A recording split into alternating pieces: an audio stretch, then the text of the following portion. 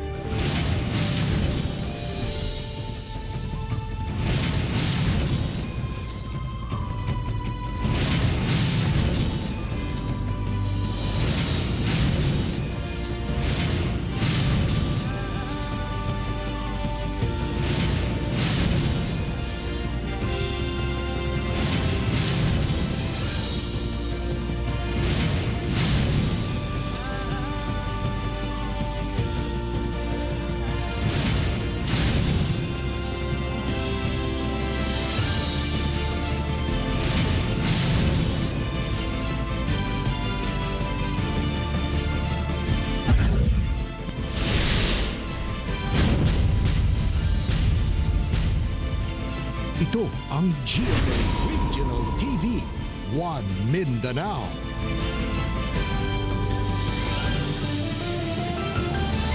May ngapon Mindanao, kini ang GMA Regional TV 1 Mindanao. Hatod na mo ang pinakadagkog, pinakulaing balita sa Mindanao. Ako si Teco Campo. Sara Hilomen Velasco. Real Soroche, live gikan din sa GMA Davao Complex. Sa General Santos City, magtiayon nga nagatinda og karneng manok gipamusil patay. Samtang lolo og lola gitigbaso gidunggab sa kagulingong apo. Ang detalye sa report ni Cyril Chavez. Sakay sa ilang tricycle, pauli na ang mga biktimang sila Gaudencio de la Peña, 61 anyos, ug asawa nga si Annabel de la Peña, 58 anyos, diyang pag-abot sa Purok San Lorenzo, Barangay Apupong. Kalit kining gipamusil sa wala pa nailing sospek alas 8:30 sa gabi. Bisan na ang binuhing iro sa magtiayon damay sa pagpamusil. Gikan kuno na maligya og karneng manok ang mga biktima sa Doña Soledad Subdivision sa Barangay Labangal diyang gisundan sa riding in tandem suspects. Wala kuno'y kaaway ang mga biktima. Busa ginalantaw sa kapulisan nga may kalabutan sa negosyo ang motibo sa krimen. Wala nga sila kalaban. Butan ka ito ako igsoon. Pero gibutan nila sa ingon. Ako nila yung kakadawat. Sakit sa kong buhakin. Wala ko igsoon. Samtang patay si Lolo Sani Rosanto, 70 anyos, og samdan si Lola Elsa Rosanto. Human sila gipanigbas sa ilang apo nga si Gabriel Rosanto Daniel, 23 anyos. Gipapauli gikan trabaho ang sospek tungod naglain ang nilihukan niini. Ipahilot unta kini sa iyang lola, apan mibalibad ang manghihilot kay duna kunoy problema sa pangisip ang apo niini. Dihang miuli sa ilang balay sa Purok San Vicente sa Barangay Lagaw, hampulan unta sa lola ang apo apan nasuko kini og mikuha og kutsilyo dayon dunggab sa lola sa tiyan. Dihang nakita sa igsuon ang nahitabo, gitawag niini ang iyang lolo apan sila na ang gigukod sa sospek. Nadunggaban ang lolo sa sospek og namatay. Mayro bang patayong humanghabol? Wala na gudot kaayuhan ang iyahang sakit. Padulong gudot sa pagkabuang. Ana mo tong murag na depress siguro siya, sir. Gidibdib niya tong giingon sa mananambal. Pag abot niya dire naghilak siya niya niingon siya nga wala na gid ay kaayuhan, buang na gid ay ko. Parang gano'n na rin, no? Parang may depression yung tao. Kaya nga napag-isipan namin ngayon nga i-undergo siya ng drug test para makita natin kung clear ba o may related sa ganung bisyo. Ako si Cyril Chavez para sa One Mindanao. Usa ka magtutudlo nga gikonsiderang high value target ang nasikop ato sa bypass operation sa kapulisan. Ani ang detalye. Gikasubo sa kapulisan diyang nasayra nila nga ang ilang nadakban sa bypass operation usaday ka magtutudlo. Giila ang suspect nga si Joseph Zor Grial Jaime de la Fuente, teacher sa usa ka public school sa Panabo City ug naga-part-time sa usa ka pribadong kolehiyo dinhi sa Davao City. Nakakalungkot po ang tanggapin dahil siya po ay isang guro na dapat maging halintulad sa mga ating kabataan na kanyang tinuturuan. Ngunit siya pa rin pala ay involved sa droga at siya pa nagbebenta. Wala na mitubag ang suspect sa mga pangutana kaniya ug daw nakurat pa sa panghitabo nga kapulisan di ay sa Turil Police ang iyang katransaksyon. Sa dili. Ha? Yo sir, karon teacher pagyapon ka. Ha? Nakuha gikan sa dinakpan ang ituhang shabu nga dunay street value nga 18,000 pesos. Ang ating Davao City Police po ay wala pong pinipili maging sino ka man. Basta na-report ka sa amin, so tatrabahuhin po kayo ng Davao City Police. Kauban si Major Awing sa kamera. Ako, si Real Soroche para sa One Mindanao. Arestado ang sa kalalaking nagapameke og security guard license sa Davao City. Samtang dakpan sab ang tulo ka lalaki sa Butuan City human nagahimo og peking rapid test results. Anyang report. Dakpan kining si Roland Ruaya Legaspi tungod sa pagpameke og security guard license atol sa gihimong entrapment operation sa CIDG sa Kilometer 19, Barangay Los Amigos, Tugbok District, Davao City. Dugay nang ginapanidan sa otoridad ang ilegal nga kalihukan sa suspitsado human may reklamo ang pipila ka mga security guards nga nakakuha kaniya og lisensya bugti sa bayad nga 5,000 pesos. Kasong estafa pinaagi sa falsification of public documents ang ipasaka batok sa dinakpan. Pahimangno lang nato sa tanan nga mga security guards nga beware no sa kining mga modus karon sa mga na meke og mga dokumento ug naa sila'y mga kasong atubangon. Samtang sa Butuan City, arestado ang tulo ka lalaking tigpameke kuno og rapid test results atol sa entrapment operation sulod mismo sa computer shop sa San Francisco Street, Barangay Sikatuna. Dakpan sila si Eric Dorado Kailing, 34 anyos, usa ka data encoder, ug duha ka rubber stamp maker nga sila si Raymond Albay Veloso Jr., 66 anyos, ug Rex Nathaniel Ramos Enriquez, 34 anyos. Naktuan sa otoridad ang mga sospek nga nagahimo og duha ka peke nga COVID-19 rapid test result. Lakip sa na-recover gikan sa mga sospek ang duha ka 500 peso bill nga mark money. Samtang gisusisab sa business permit and licensing sa Butuan LGU ang permit to operate sa mong computer shop. Ako si Teco Campo para sa One Mindanao. Usa ka Filipino deportee gikan Malaysia nga miabot sa Zamboanga City nagpositibo sa COVID-19. Ano ang COVID-19 update sa Mindanao? Pinaagi nining report. Napulo ka healthcare workers ang nalakip sa 30 ka bag-ong nagpositibo sa COVID-19 sa Caraga Region. Napulo sab niini tungod sa local transmission. 8 ang close contacts sa nagpositibo na sa COVID-19. Usa ang locally stranded individual o LSI ug usa sab ang non-medical frontliner. Dunay 705 confirmed COVID-19 cases ang Caraga Region. 413 ang nakarecover ug 18 ang namatay. Sa Socsargen Region, 8 sa 72 ka bag-ong nagpositibo sa COVID-19 sa riyon, mga menor de edad. Duha niini, 5 anyos nga mga lalaki nga taga Cotabato City ug Surala, South Cotabato. Misa ka na sa 786 ang kumpirmadong kaso sa COVID-19 sa Socsargen Region. 378 recoveries ug 16 ang namatay. Sa General Santos City, 4 sab ka menor de edad ang nalakip sa 29 ka bag-ong nagpositibo sa COVID-19. 2 ka 10 anyos ug 2 sab ka 11 anyos nga mga lalaki. Ang mga bagong confirmed COVID-19 cases sa syudad dunay history of exposure sa confirmed COVID-19 patient. Dunay 161 ka kumpirmadong kaso sa COVID-19 ang Gensan, 105 ang active cases, 49 recoveries ug 7 ang namatay. Sa Davao City, usa ka 9-month-old baby girl nga taga-ilang ang nagpositibo sa COVID-19, asymptomatic kini. Samtang usa ka 15 anyos nga babaeng taga Daliao Turil ang namatay tungod sa COVID-19 human sa kapinduha ka semana nga pagka-admit sa ospital. Dunay 1,494 ka confirmed COVID-19 cases ang Davao City, 186 ang active cases, 1,249 ang nakarecover ug 59 ang namatay. Sa Zamboanga City, gikumpirma sa Zamboanga City Health Office nga usa sa mga Filipino deportee nga miabot sa syudad gikan Sabah, Malaysia ang nagpositibo sa COVID-19. Sayron pa sa DSWD Region 9 kung paunsa kini nagpositibo sa sakit kay ang ginapasakay lang sa barko ang mga nagnegatibo sa RT-PCR test nga ginakuha didto sa Sabah. Ana sa sobra 1,500 ka Filipino deportees nga naglangkob sa 4th batch ang miabot sa nasod. Samtang namatay ang usa ka 82 anyos nga lalaki nga nagpositibo sa COVID-19 nga ana sa Home for the Elderly sa DSWD sa Zamboanga City tungod sa respiratory failure ug pneumonia. Misa ka na sa 1,372 ang kumpirmadong kaso sa COVID-19 sa Zamboanga City. 432 ang active cases, 878 ang recoveries ug 62 ang namatay. Sa Iligan City, nadugangan og duha ka pulis nga nagpositibo sa COVID-19 ang syudad. Busa 13 na ang ihap sa mga pulis nga nagpositibo sa sakit sa Iligan City. Samtang 64 na ang napailawom sa quarantine kung asa 47 ang nahumana, samtang 17 ang kasamtangang naka-quarantine. Balik operasyon na sab karong adlaw ang Police Station 4. Sa karon ang Iligan City, dunay 491 confirmed COVID-19 cases. 220 ang naka-recover ug 21 ang namatay. Sa Cotabato City, 35 ka mga empleyado sa Bangsamoro Regional Office ang nagpositibo sa COVID-19. Busa sirado una ang main building sa mong buhatan alang sa disinfection.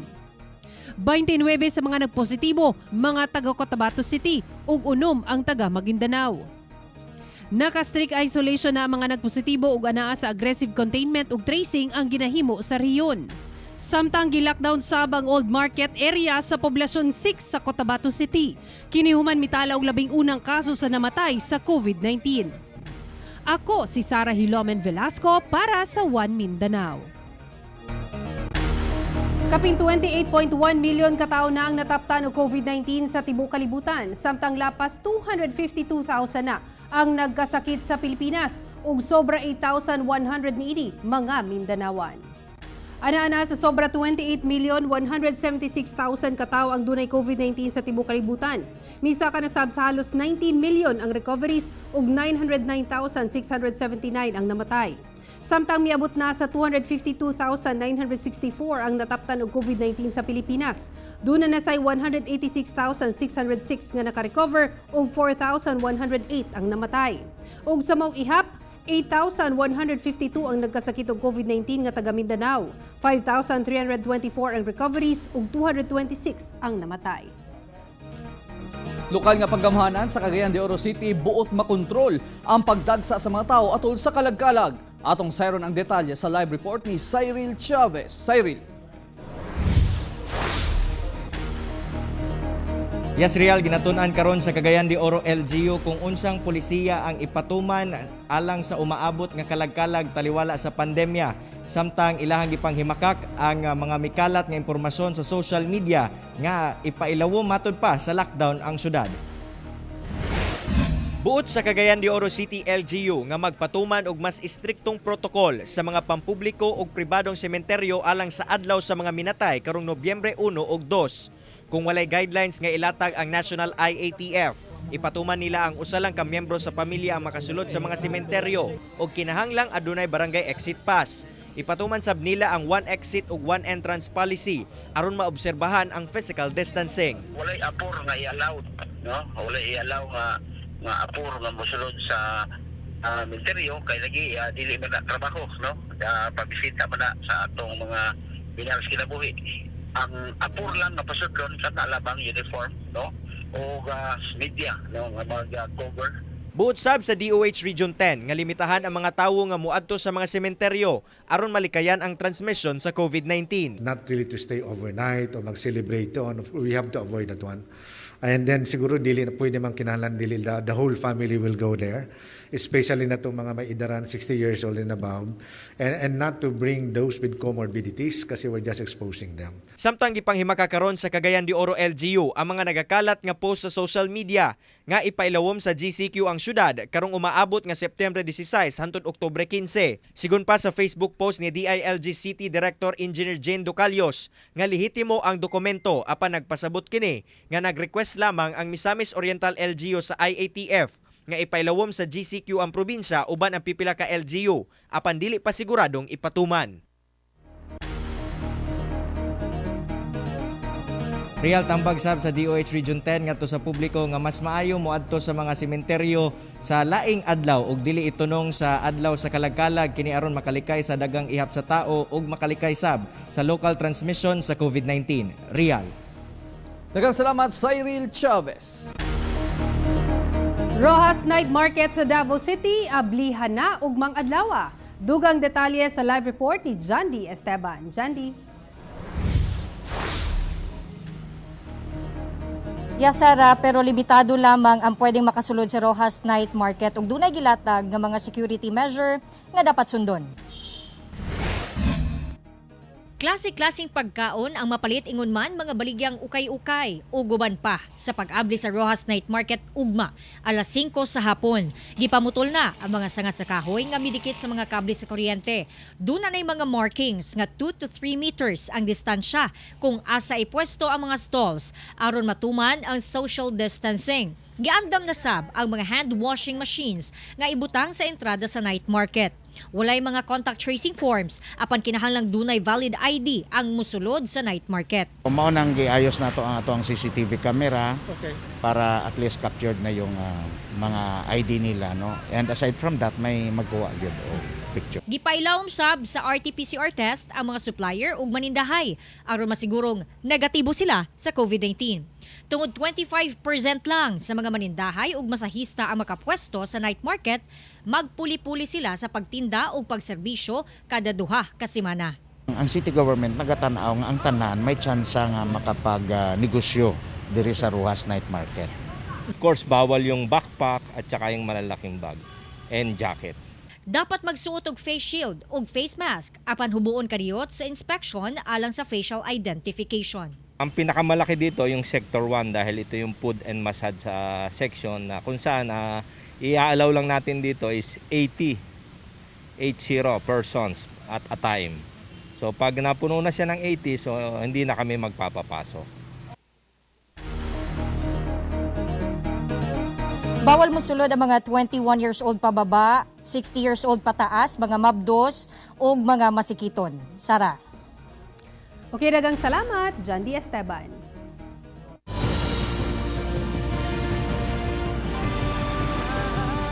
Ito ang GMA Regional TV, One Mindanao.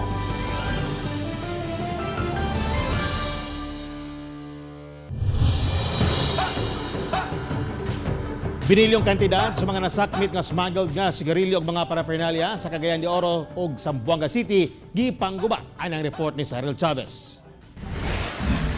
Subay sa mando sa korte, gilayong gipangguba sa Bureau of Customs Zamboanga City ang 1.3 billion pesos nga kantidad sa mga smuggled nga sigarilyo, pekeng sigarilyo, makina ug mga pekeng BIR stamps. Moabot sa 5,000 cases among smuggled cigarettes nga mobalor sa 194 million pesos. Samtang ang mga pekeng stamp gidala sa buhatan sa Bureau of Internal Revenue. Gipasiritan og tubig sa mga bumbero ang mga kontrabando, dayon gipaligsan gamit ang heavy equipment nga payloader aron dili na mapahimuslan pa. Nagkaroon ng intensified campaign si Secretary Dominguez at saka si Commissioner Guerrero para talagang mag-stricto, especially dito kasi nawawalan tayo ng minimum ng 50 pesos per pakete. Sa Cagayan de Oro City, mukabat sa 18,824 ka mga rims sa illegally smuggled nga sigarilyo ang gipangguba sa Bureau of Customs Region 10 sa Zone 6 Barangay Bayabas. Moabot ngadto sa kapin 20 million pesos ang kantidad niini nga nakumpiska tungod kulang ang dokumento ug wala na bayran ang saktong buwis. Sagad sa mong kontrabando gikan sa nasud China. Madalas ang ginagamit toiletries, no? Mga napkin o dali kaya mga diaper, yun ang pinipilit gamitin. Pero yung napag-alaman natin na bago modus operandi dito, kaya hinuli natin sila. Samtang gi-turn over sa Bureau of Customs ngadto sa Philippine Drug Enforcement Agency Region 10 ang sobra 300 ka drums sa hydrochloric acid nga ilang na-intercept sa MCT subport nitong tuig 2017. Ang maong kemikal gikan sa nasud India ug illegal ang pag-import niini. Nasayran usab nga ang maong kemikal usa sa mga component sa paghimo og shabu. Hindi na mako-convert into illegal drugs. Patuloy kami na magiging vigilant na walang papasok na drugs, walang papasok na chemicals dito sa any ports dito sa region. Gagawin sanang shabu sa mga laboratorio somewhere, napigilan natin yon. At ngayon, sila ngayon ay wawasakin na ng PIDEA. Kauban si James Yap sa kamera. Ako, si Cyril Chavez para sa One Mindanao. Mapasalamaton ang lokal nga kagamhanan ug cacao industry sa Davao City human giila ang syudad nga cacao capital sa Pilipinas. Aning report. Nahinayon na gyud ang pangandoy nga mamahimong cacao capital sa Pilipinas ang Davao City. Kinihuman gideklara na kini sa hingpit sa Department of Agriculture tungod kay padayon kining nahimong top producer sa cacao beans sa tibuok Davao Region. Ang cacao industry sa syudad mapasalamaton sa maong kadaugan. We take this opportunity. Talagang mating opportunity ito para sa atin na magamit yung declaration na tayo ay hopefully ma-develop further. Matamihan pa yung ating mga farms at saka ma-continue yung ating mga participation dun sa mga international trade fair. Sigon sa Philippine Statistics Authority, sukad 2015 hangtod 2019, ana sa 80% nga average sa total volume sa kakao nga na-produce sa tibok nasud nagikan sa Davao Region ug 38% niini gikan Davao City. Gani usa ang Davao Cacao Beans nga napili isip usa sa top 50 samples sa 2017 edition sa Cocoa of Excellence Program alang sa International Cocoa Awards sa Paris, France. Ang lokal nga kagamhanan sa Davao misaad og suporta aron mas mapalambo pa ang cacao industry sa syudad luyo sa nasinating pandemya. All objectives or targets remain the same: expansion, increase in production, better quality, more people involved in the technology. So those are still the activities that we're on top of and securing, because we believe everything is a temporary. This pandemic is a temporary glitch in the production objectives of, in the context of a timeline for cacao. Ako si Sara Hilomen Velasco para sa One Mindanao.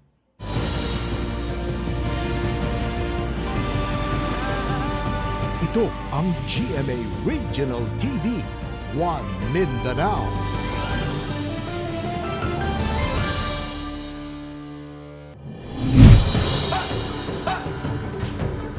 May reklamo ang mga residente sa duha ka barangay sa Cagayan de Oro City tungod sa problema sa tubig. Ang detalye sa report ni Cyril Chavez.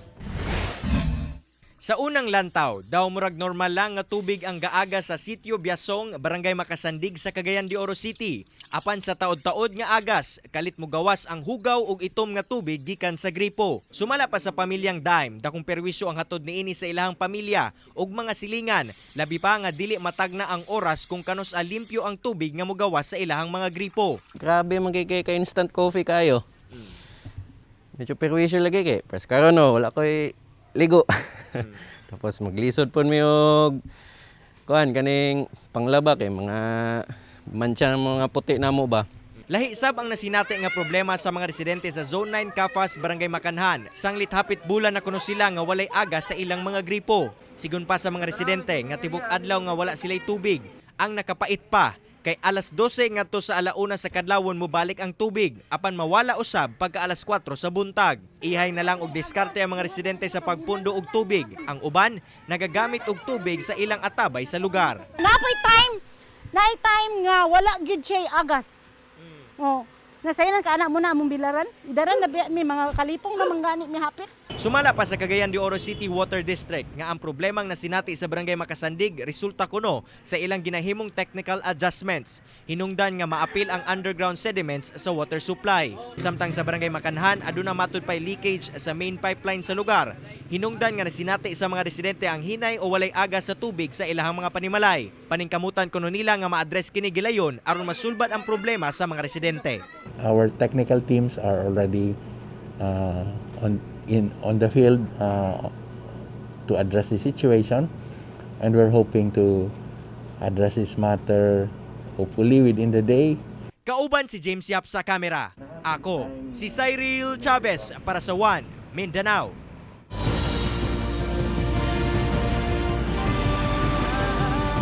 Ito ang GMA Regional TV, One Mindanao.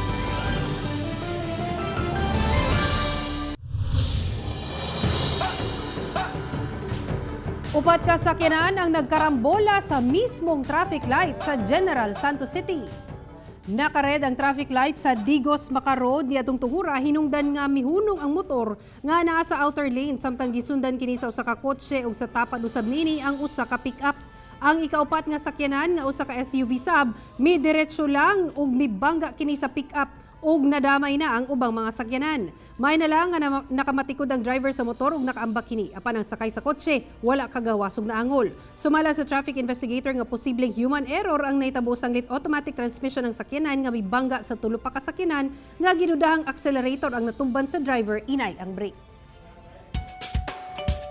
Luyo sa pandemya, Christmas feels gyapon karong Burmans sugod na sab sa pagtugtog og mga Christmas songs ang mga radio stations samtang ang banda sa DCPO nangarol na usab. Anyang report ni Jandy Esteban. Puso! Unsa na'y adlaw ron? Beer months na.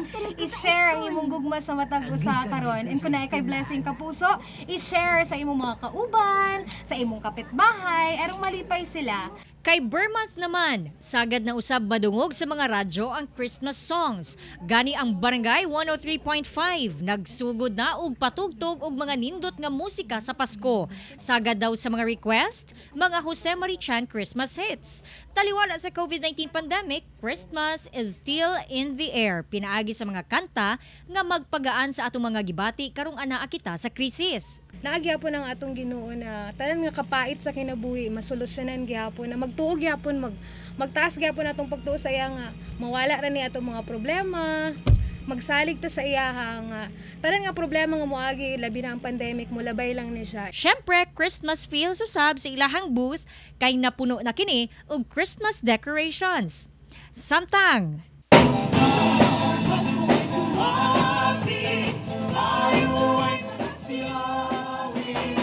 nangarol na ang Davao City Police Office Combo. Gawa sa pagpatunhay sa kalinaw sa Davao City, andam sab sila nga muhatag og kalingawan, labi na nga nagkaduol ang Pasko. Gani mismong si DCPO Chief Police Colonel Kirby Craft nakijam.